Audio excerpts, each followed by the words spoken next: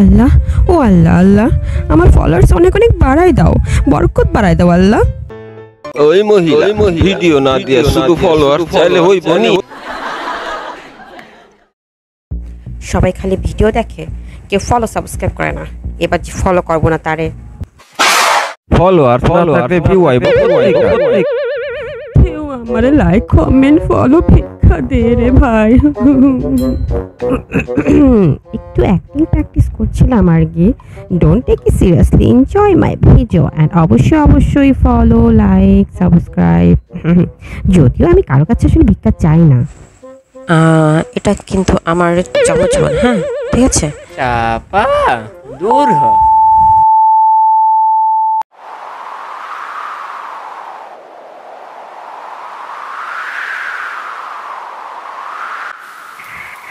আবরার, জানালাগুলো বন্ধ করে দাও।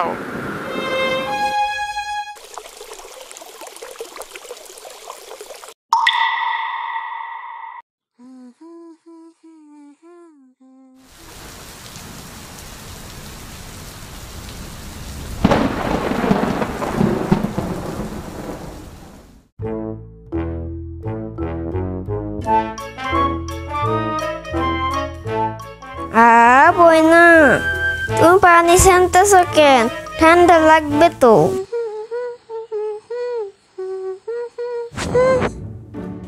আমার ইচ্ছা, তোমার কে?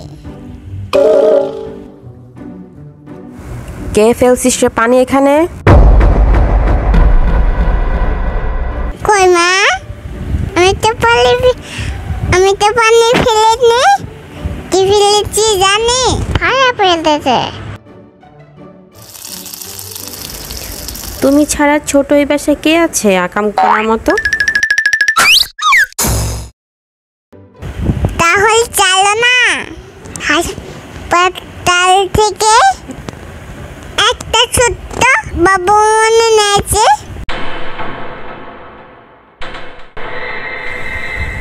মা চাই তোমাকে চালাই বাঁচি না, আবার আরে বাঁচি।